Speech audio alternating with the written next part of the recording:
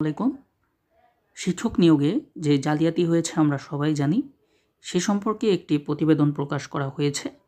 সেটি হলো যে শিক্ষক নিয়োগে জালিয়াতি উত্তীর্ণ প্রার্থীদের জন্য নতুন নির্দেশনা। এখানে বলা হয়েছে সম্প্রতি শেষ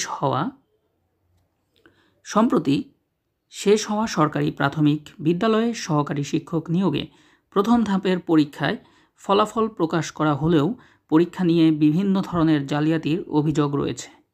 এমন সংখ্যা থেকে নতুন উদ্যোগ নিয়েছে প্রাথমিক শিক্ষা অধিদপ্তর ডিপিই। নতুন নির্দেশনা অনুযায়ী উত্তীর্ণ প্রার্থীদের 10 জানুয়ারির মধ্যে প্রয়োজনীয় কাগজপত্রগুলো জমা দিতে হবে। নির্ধারিত সময়ের মধ্যে কাগজপত্র জমা দিতে না পারলে উত্তীর্ণ হলেও ওই প্রার্থীকে মৌখিক পরীক্ষায় অংশ নিতে কোনো কার্ড দেয়া হবে না বলে জানিয়েছে অধিদপ্তর। ডিপিএর পরিচালক পলিসি অ্যান্ড অপারেশন বিভাগ মনীষ চাকমার সই করা চিঠিতে এই তথ্য জানানো হয়। চিঠিতে বলা হয়, গত 8 ডিসেম্বর 3 বিভাগের 18 জেলায় অনুষ্ঠিত প্রথম গ্রুপের পরীক্ষার ফলে ভিত্তিতে সর্বমোট 9,337 জন প্রার্থীকে মৌখিক পরীক্ষার জন্য নির্বাচিত করা হয়।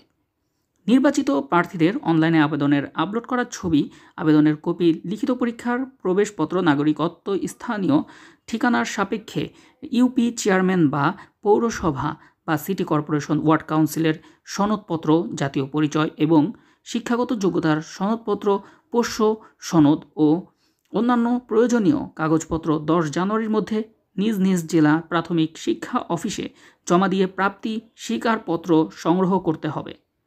জমা দেওয়া হয় সব কাগজপত্র ন্যূনতম 9ম গ্রেডের গেজেটের কর্মকর্তার মাধ্যমে সত্যায়িত করতে হবে। চিঠিতে আরও বলা আছে, জেলা প্রাথমিক শিক্ষা অফিসে সব সনদ ও প্রয়োজনীয় কাগজপত্রের ফটোকপি সত্যায়িত জমা দেওয়ার সময় ওই সব কাগজপত্রের মূল কপি জেলা প্রাথমিক শিক্ষা অফিসারকে দেখাতে হবে।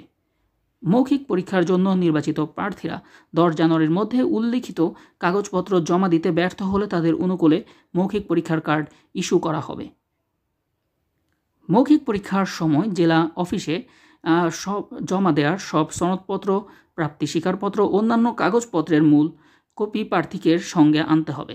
মৌখিক পরীক্ষার তারিখ পরবর্তীতে জানানো হবে এবং তা প্রাথমিক শিক্ষা অধিদপ্তরের ওয়েবসাইটে প্রকাশ করা হবে। ধন্যবাদ।